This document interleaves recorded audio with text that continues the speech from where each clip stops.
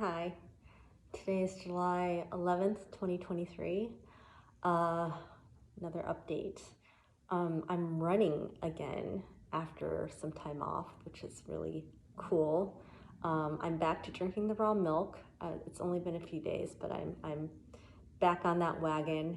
And yeah, I've been putting in some miles. So Saturday I ran a total of 5 miles, 4 here at home, 1 at the gym. I think I averaged around 8-minute pace. And then Sunday I ran, not knowing if I could do anything, but I did run like 3 miles at 8:34 pace. I took like a very short break, like less than a minute. And then I continued on for another 5 miles. So I hit 8 miles that day, Sunday. And then yesterday was a total mess, but I did get some miles in. So at the gym, I got in a few miles, but I stopped a lot. I was super distracted by work stress. So my mind wasn't in it and my legs felt pretty heavy. So it was kind of a mess. But then I came home and my boyfriend started making dinner and I decided I would try to run a little bit more. So I actually cranked out another 2 miles at around 7:35 average pace, with 1 break at 1.4 miles. So I'm really encouraged. I'm trying not to be like an idiot and go out way too fast. And it probably does look like I am, but I feel okay. Like my ankle doesn't hurt a lot.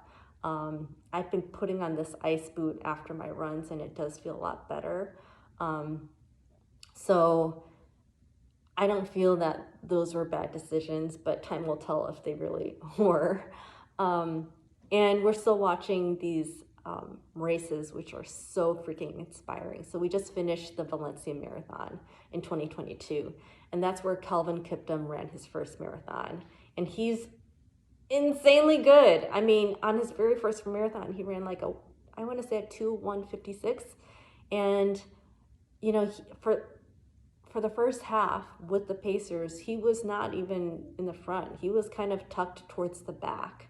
And then the Pacers fell away. And at one point, it just was him and 2 other guys. And he was in the front. And he was kind of like hesitantly in the front. So at around 20 miles, he kept turning and like kind of encouraging the other guys to come with him. And they were not responding because they were going so freaking fast. He literally ran the second half in less than an hour, which I believe is the only person to have ever done that.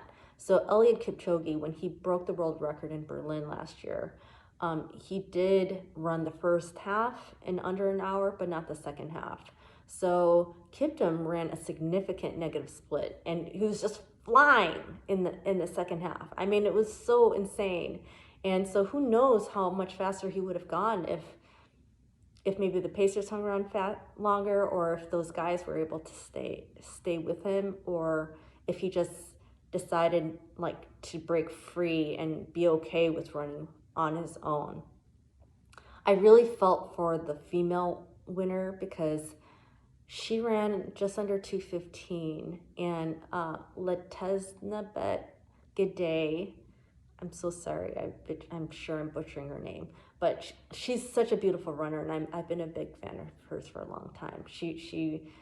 I saw her run these beautiful world records in the 5K and 10K on the track, and her form is just a thing of absolute exquisite beauty. I mean, it's just, oh, so beautiful. So that was her marathon debut in Valencia 2022, and the Pacers hung with her the whole time, while this other woman, Bariso, she went ahead, and Gide could not keep up with her, but the Pacers stayed behind with Gide, and Bariso wound up winning and setting a huge PR. It was like almost 6 minutes. So I think her first marathon was a 2:20, like high 2:20, and she wound up going under 2:15. It was 2:14:58. So she was like, it was like a 6-minute PR. And I think she had been dealing with injuries during that time between her first one and this most recent one. That's why she or in Valencia. I think she took second in Boston too. But yeah, she was like so good, but she ran on her own completely for the last like 10K at least. So she expressed some anger at the end that the Pacers didn't come with her, and I don't blame her. I feel like she probably would have run faster. Not sure if she would have broken the world record, because the world record was set by Brigid Kosgei in Chicago in 2019, and it was like 2:14:06 or something like that, very low 2:14, and so she would have had to take off like 50 seconds, which is kind of a lot, but who knows. But to Kosgei's credit, she did run the last bit herself too. She didn't have pacers with her the whole time. So, but anyway, I did feel for her. But back to Kiptum, I'm just amazed because he just seemed confused why those two guys wouldn't go with him.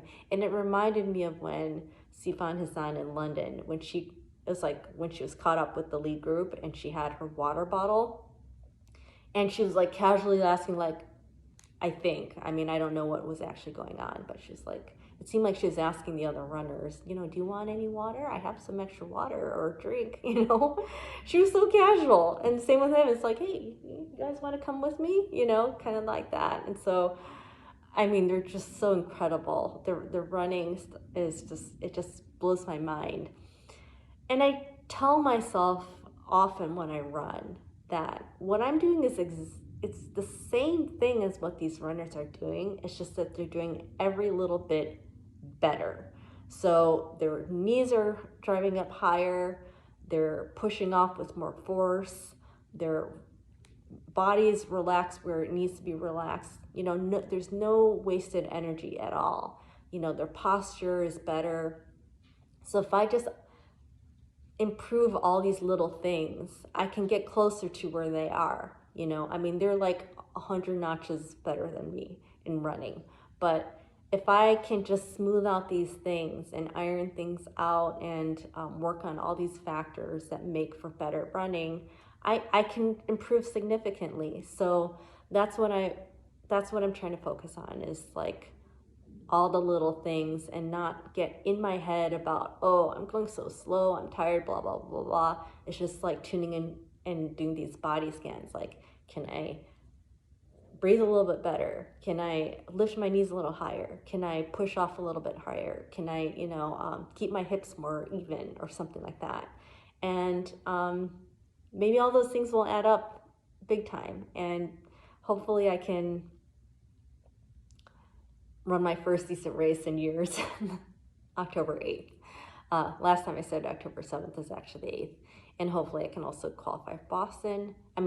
Qualify for Boston on September 7th, which is so close. I mean, I just can't believe how close. I'm definitely in panic mode right now, because in a normal training cycle, I would be like tapering in only like a little over a month. So that's really scary.